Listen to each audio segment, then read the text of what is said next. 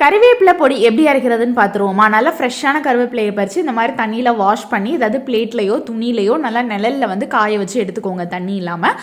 இப்போ வந்து நான் இது 1 டேபிள் ஸ்பூன் அளவு வெள்ளை உளுந்தும் 1 டேபிள் ஸ்பூன் அளவு கருப்பு உளுந்தும் 1 டேபிள் ஸ்பூன் கடலைப்பருப்பு, இது கூட ஒரு 1/2 டீஸ்பூன் அளவு சீரகம், 1/2 டீஸ்பூன் மிளகு, ஒரு சின்ன பீஸ் புளி, கொஞ்சம் பெருங்காயம் இதெல்லாம் சேர்த்து வறுத்துட்டு கருக விட்டுறாதீங்க. கலர் சேஞ்ச் ஆனதுக்கப்புறம் இதை எடுத்து தனியாக வச்சுக்கோங்க. இப்போ நம்ம நிழலில் காய வச்சுருக்க கருவேப்பிலை இதோட சேர்த்துடலாம்.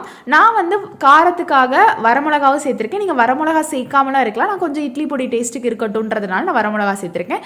கருவேப்பிலை வந்து இந்தளவு நல்லா நீங்கள் வறுத்து எடுத்துக்கோங்க. இதோட பதம் வந்து அந்த கருவேப்பிலை எடுத்து நொறுக்கும் போது நமக்கு சவுண்டு கேட்கணும். இந்த மாதிரி இருந்துச்சுன்னா பொடி நமக்கு நல்லாயிருக்கும்.